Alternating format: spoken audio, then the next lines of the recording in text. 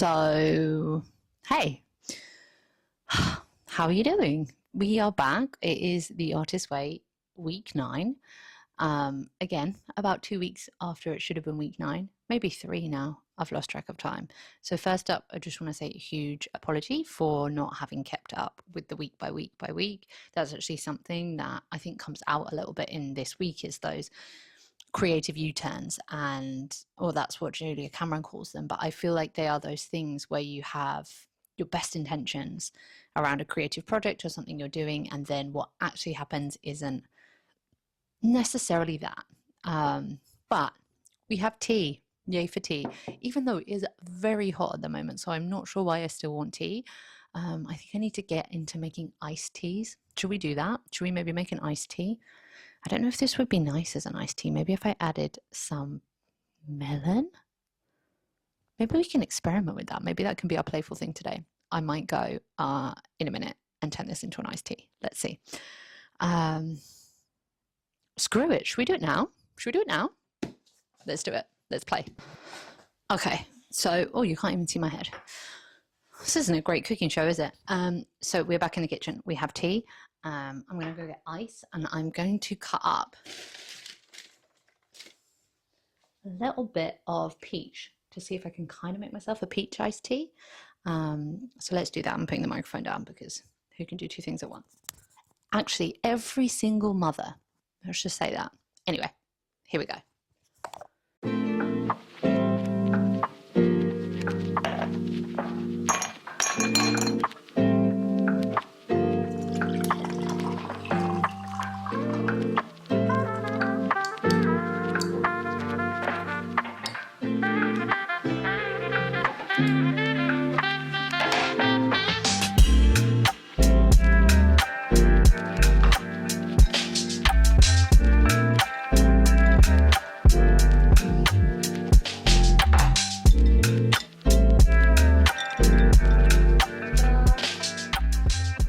Okay, so we are back.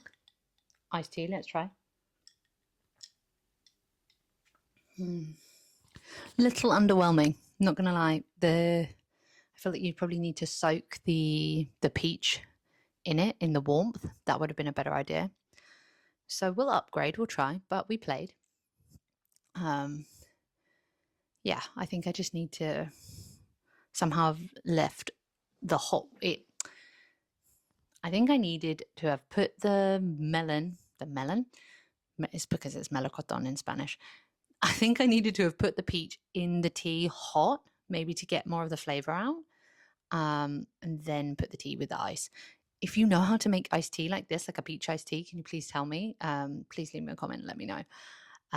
Right, so we are hydrated-ish / semi-caffeinated. And we are going to talk about the Artist Way week 9. So quickly before we dive into this week, I just wanted to give a little bit of a life update. A few exciting things have happened. I have a new camera because part of the challenge with keeping up with all of these vlogs and kind of sharing the week by week has been storage and my camera on my phone, and things just overheating and not working. And it's just been, when you're like, oh, the technology side of this is too hard. And I don't know about you, but when you're trying to make space on your phone and you're like, well, I can't get rid of the 700 same photos that I have of my child doing that one thing, but because you never know when you're going to want them. And I don't know, I just can't ever delete any photos or videos that I've taken of him. And I'm running out of space on my phone. So I feel like this is how all these tech companies get you though, right? It's because I'm going to start paying for cloud storage and blah, blah, blah, blah, blah. It's life. That's what it is. Anyway, but I'm so excited because this camera is one of the things that came out for me, I think back in week 3 when we were doing that, like if I were like really looking after my artist child, or kind of if I were allowed to, this is what I would do. And one of the things that I would do for myself was to buy a nice camera, because I want to get back into making films, into creating in video, and also taking photographs. So having something that would allow me to do that and have fun doing that is been a really exciting purchase. So this is the first video I'm making with the camera. we're going to see how it goes. I imagine there'll be so many things that I'll be like, why did you do that? Why did you have those settings? Why did you look like this? That I'm just going to need to figure out. Like, I think I'm a little bit overexposed right now, but what are you going to do? You can tell me. So that is exciting, and it feels like it's a bit of a project, which is nice because I've really struggled with that idea of like this big dream. Because I think right now, let's face it, sometimes it just doesn't feel like there's space to imagine this big dream. Although I do think that that is something to think about and be thoughtful about, whether that's a boundary or a block that I'm putting on myself. But yeah, we can come back to that. What other life updates are they? We are moving house, which is exciting. But you know, when you're just like brain space overwhelm. And the other thing that is starting to happen is my son is tantruming. Like, genuinely, I think he had like 6 tantrums over the same this weekend. 6 tantrums over the same toothpaste. What do you call them? The thing that the toothpaste comes out of, you know, bottle of toothpaste thingy, toothpaste. Anyway, he wanted it, but he kind of like wanted to eat it, and I was like, okay, that's a no. And yeah, that happened every time. He would just run to the bathroom and be like, he calls it like bubbles. He's like, bubba, bubba, bubba, bubba. And yeah, it's a new reality. It's a new reality. And I think I have been feeling more and more overwhelmed, and like there is less space for me. And I think that my experience of creativity so far is that it flourishes on having a bit of white space. And I think that's sort of the message for the artist way, is giving yourself that white space, is looking after yourself and all of those things. But that's the whole crux of this. That's kind of why I want to make these videos, because how do you do that as a mother? It's really freaking hard. And so I kind of want to dive into that, I guess, a bit today, because it is that thing of like, I'm in overwhelm now. So how do I keep my creativity? How do I keep that consistency? Not just when things are like normal, challenging, but when things are like, oh, you've got extra pressure, there's some emotional things happening in the background, like with my wider family. We've experienced a loss, and that's really challenging, and you have all of these things that you're like, okay, that I'm not in normal mode now, right? I'm in another space. And so that's kind of what I'll talk about today. And I think it's interesting because this week in the Artist Way, she is, what are we doing? We are recovering a sense of compassion, which feels kind of on point, right? Here we are. This is our sense of compassion. And there are a few things that I want to, well, there are 3 main themes that I want to talk about. But I do like that she starts this chapter by saying,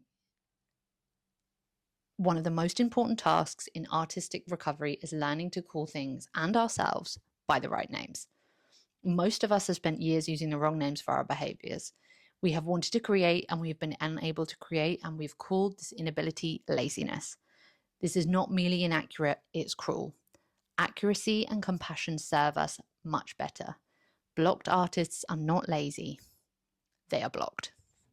And I think that's super, and I think that's a really nice way to start this chapter, because it is that sense of, okay, we are trying our best. We are trying to move forward, I guess, and actually beating ourselves up or saying, hey, we've not achieved that thing because we're lazy, rather than recognizing that maybe there's some fear there, maybe there's a block there, maybe there's something that we're trying to keep ourselves safe from, maybe we just don't have enough energy right now. There are lots and lots of reasons. Unlikely laziness is one of them. And I think actually, just if we could just take that sense of compassion for this week, that would be really useful. But the 3 topics that I want to talk about are enthusiasm, the creative U-turn, and mothering the artist, like mothering our inner child. Because even though that's not what she calls it, I think that is something that she's talking about this week. And I actually think that's really important. So let's dive into enthusiasm, because I have a bit of a bugbear to pick with Julia Cameron on this one, because she's like, what does she say? Here we go. I mean, it's lovely. Being an artist requires enthusiasm more than discipline. enthusiasm is grounded in play and not work. And she's basically saying that, hey, in order to do something, rather than worrying about the discipline, we need to be enthusiastic for the project that we're doing. And I think 100% I can agree with her in that actually it feels so much better when we're creating from a place of enthusiasm. We do so much more, we get things done quicker, we really commit to things when we are enthusiastic about a project. But maintaining enthusiasm, like what does that look like when you are exhausted and like maybe emotionally overwhelmed? Because I don't know about you, but holding the emotions for yourself and your child at times, depending on how young your child is, but I actually think probably always, right? It's a little bit of a like, oof, okay, we're feeling this right now. Oh, hard. So how when you're exhausted and emotionally exhausted, do we find space for enthusiasm? Like, what does that look like?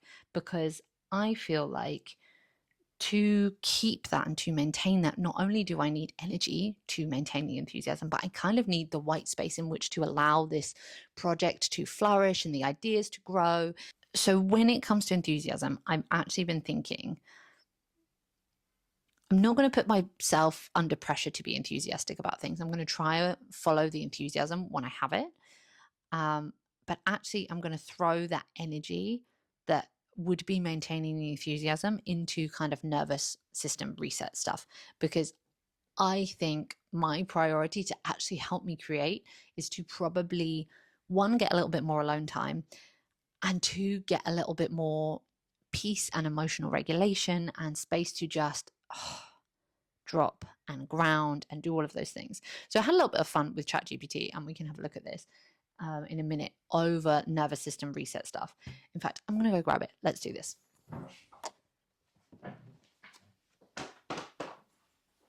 Where is my phone? Where is my phone? Where is my phone?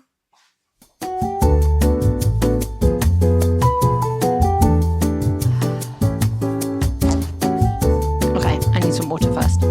Water, tea.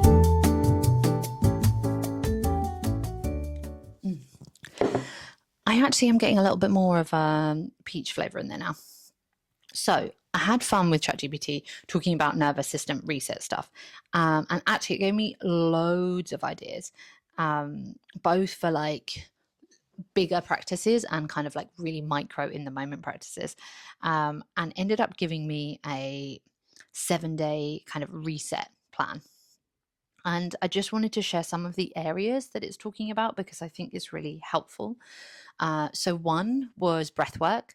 So like a box breathing, like where you inhale and hold and exhale and hold, or extended exhale breathing. So you're exhaling much longer than you're inhaling, or like double the amount. Having a sigh. Like, should we just sigh together for a moment?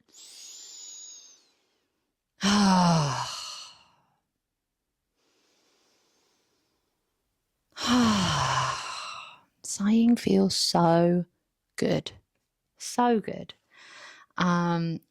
Then, beyond breathing, there was grounding sensory connection. So, putting your bare feet on grass or soil or sand, which might not be available to many of us. Like, I live in the center of a city, so actually I do live nearish a beach, so I can maybe go and do that and go to the park with my child and maybe put my feet on the grass.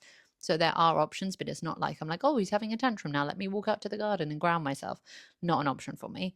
But running cold water over your hands or splashing your face, carrying a grounding object, which I really liked because it reminded me of, again at the start, one of the early chapters where of the Artist Way, where we kind of like could go and collect this object or this talisman. And I think I have the little stone that I found here. I'm going to try and find it for you.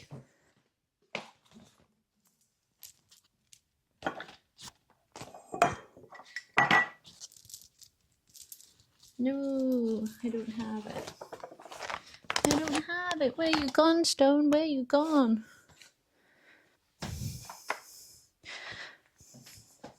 I can't find the stone. But anyway, something like that. But I really like that practice because I think it's a nice reminder from our artistic self, but also our grounding self. So then other ideas, which this was really nice, a 5 4 3 2 1 sensory grounding practice where you just list 5 things you see, 4 things you feel, 3 things you hear, 2 things you smell, and 1 thing you taste. And I think that's a great, lovely practice. And then gentle movement, so going for a slow walk, doing some yoga positions like legs up a wall, shaking, like shaking your body in a way to kind of like get out stuck energy, dancing, which I actually think is a really good one that's easy to do with toddlers, especially. Soothing the vagus nerve, so like humming or chanting or singing. And I've got into this thing recently where I'm trying, when my son is not listening to me, I'm trying to sing what I want him to do, and it's like sing to get his attention, because one, he really likes music, but two, I watched this thing on TikTok, so who knows, because it's social media wisdom, but the person was saying that actually a great way to get your child's attention rather than raising your voice is turning your voice more melodic. So I'm trying it. We'll see. If you've tried this and you think it works, let me know. If you haven't tried it and you want to try it, and I would love to hear kind of how that goes for you, your experiments. Then the other ideas for soothing the vagus nerve: gargling water, cold exposure, so like on the back of your neck or on your face. And this is something I've talked about before, like really liking splashing my face in water. And then doing some gentle neck stretches or eye movement exercises. And this is actually something I used to do quite a lot pre-child, was like just having a break for my eyes, where I would look out into the distance for a moment and actually just change the width of the depth of focus that my eyes were doing, because we can spend a lot of time looking at a screen. Okay. Then rest and stillness, so lying on the floor with a weighted blanket, practicing yoga nidra, doing a body scan, meditation, flotation therapy. Like, I love your ambition, ChatGPT, but please. Nervous system nourishment, so warm herbal teas. Oops, probably shouldn't have made that a nice one. Eating something grounding and warm, staying hydrated and avoiding excess caffeine and alcohol. Oops, again. This isn't alcoholic, this is just caffeinated, just to be clear. Getting 15 to 20 minutes of natural sunlight, especially in the morning. Interesting. We'll try that one. And then expressive outlets, so journaling, drawing or scribbling, writing yourself a kind, soothing letter, having a cry, having some connection, talking to somebody who makes you feel seen, hugging a person. 20 seconds more activates oxytocin. So we're going for long hugs here. Then nature immersion, like forest bathing, cloud watching, stargazing, gardening or tending a plant, sitting under a tree and leaning your back against it. Again, I wish if I had a garden, oh my goodness. And then having some tech detox stuff. So I think it's a really nice list. There's a couple of things I think for me that I immediately thought like, oh, actually might help me with tantruming. But my plan for the next week is to try and fit one of these into every day, just a small practice, even if it's like 5 minutes, just to see if I can kind of bring that like base level down a bit and hopefully create some space to think about creative projects and be excited about them, because I don't see enthusiasm coming in a world where I don't have any space and I can't emotionally regulate. So yeah, that's my plan. And that is how I feel about enthusiasm, because all well and good, Julia Cameron, but like if you have a 1.5-year-old, yeah, good luck. So next up, sorry, this is a super long video. You let me know what you think. Like if this is too long and you're like not into it, please let me know. Leave me a comment, that would be great. Or if you're like, yes, super long works, I'm just going to listen to you in the background while I do this thing, then again, please tell me. I would love to hear. But I'm going to talk about creative U-turns. Her definition of a creative U-turn is that kind of moment where you were moving forward and you had momentum with your creativity, and then for some reason you kind of went back on it, or you started something and then you decide to stop it. And for me, I realized, like, when I was reading this at first, I was like, I've not had any creative U-turns. I don't know what you're talking about, Julia. And then I was like, oh, okay, every time I commit to doing a project and then I don't follow through on it, which happens more than I would like to admit, that is my creative U-turn. And for example, even with this, like, it is a project that I have semi-committed to, but it is a project I have committed to, I'm doing it, but I am not doing it on time and I'm not sharing it anywhere. Like, I've not told anyone I'm doing this, and which is kind of ridiculous, right? And it's sort of not supporting the project. It is this creative U-turn. And she talks about it being really important to recognize that, and rather than feeling guilt and shame, to actually kind of turn towards soothing ourselves, giving ourselves compassion, and asking for help, finding other people who have done the thing, and yeah, seeing what they say. Like, she ends the whole section by saying, faced with a creative U-turn, ask yourself, who can I ask for help about this U-turn? And then start asking. And yeah, I basically need to find somebody who is good at following through and figure out how the hell they did it. So if that's you, or you know somebody, can you leave me a message? Can we chat? Like, I would love some support in figuring this thing out and how to do it when I'm busy, and not just jumping off to the next creative idea, but actually allowing myself to follow through with the creative idea I'm already working on. And yeah, I for me, I feel like actually that's what creative U-turns are, or that's the challenge for this week, is figuring out what those creative U-turns have been for you, and then who you can ask for help with them. And feel free to leave a comment, and we can see if we can like creative source this together. We can kind of like creative mums club the shit out of it and be like, okay, let's solve this. Who do we know? How can we connect people? What does that look like? Let's, maybe we can be a community around this. That would be awesome. So yeah, leave me a comment, let me know. And then the final area I want to talk about was like mothering the artist in a child, because she talks a lot in this about your artist being a child and the importance of play and allowing yourself that freedom. And I actually think that one of our biggest challenges as mothers is, how do we mother ourselves?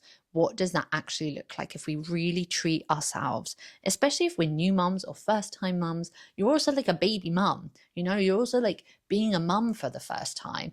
And that's hard. Like, there is no, and everybody's different, every child is different, and wading through people's advice, sometimes slash often unsolicited, when they don't know your child or they don't know the situation, and you're trying to figure stuff out and do your best by your child in what feels like a high stakes situation, because also everybody will tell you every minute if you make a mistake, like you've ruined them for life, which is kind of ridiculous because they are their own person. But anyway, there's that whole background, right? And it's hard. And I just think, for me, I forget to look after myself in it because I'm trying to figure it all out and do a good job, which is also kind of a ridiculous thing to say. And I just think, like, how, that's kind of the question, right? How do we mother ourselves better? How do we mother our inner child? How do we mother our inner artist? Because they're kind of the same thing. Like, what do they need? And I know I've looked at what I've done over this series of the artist way, and I've been really good mostly at making space for morning pages, of sitting down and sometimes going and doing some of the tasks. And I've been really bad at artist dates. I've been really bad. Like, one or two times I've been like, yes, this is a killer artist date, way to go me. But I've made very little time to do different things, to take rest, to take space, to be playful, to try something different. Like, I love going to exhibitions. I've not been to an exhibition in over a year, like a long time. As you know, that's a lie. I went last summer, but I mean, that's nearly a year. And that's something that I could be doing with my time, and actually just resting more and allowing myself to kind of just stop and chill, and putting a little bit of creativity before the work, like doing something fun and creative before I sit down to do work, before I clean the house, before I pack boxes or organize stuff that is kind of on my to-do list. So I guess that's a question I want to leave you with, is if you are mothering your inner artist and your inner child, can you just sit for a second and be like, what did they really need? Like, what does she really need today?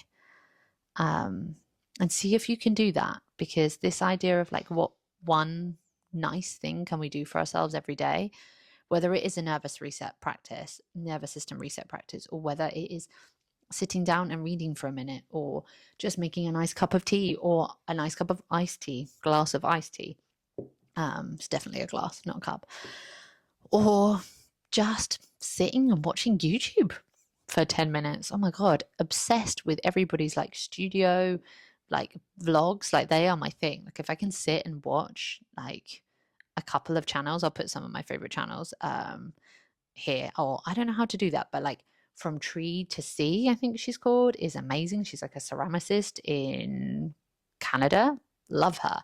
And Furry Little Peach, who is in Australia, love her. Like I could watch these people creating and doing their art. And Fran Menzies, I think, who is in New York, obsessed. Like I just want to watch their lives. I just want to see what they're doing. And it's so nice to just sit and drop and watch these people because I feel inspired by it, and that's playful. And I think just giving myself, for example, space to do that. But yeah, I have a think. Let me know what you're going to do this week to look after yourself a little bit more, to mother your inner artist a little bit more. Leave me a comment. Maybe we can create some momentum together and keep each other accountable. And that is week 9. That's what I'm doing. Thank you for being with me in this. We have week 10, 11, 12. We have 3 more weeks to go. And hopefully I am going to keep up on time. I am moving in like 2 weeks' time, so we'll see how that goes. But I'm going to try my best. So have a great week. I will be back soon. Let me know what you think of this video. If it's too long, if it's too talky, I want to hear what you want. And yeah, thanks for being here. Let's speak soon. Okay, bye.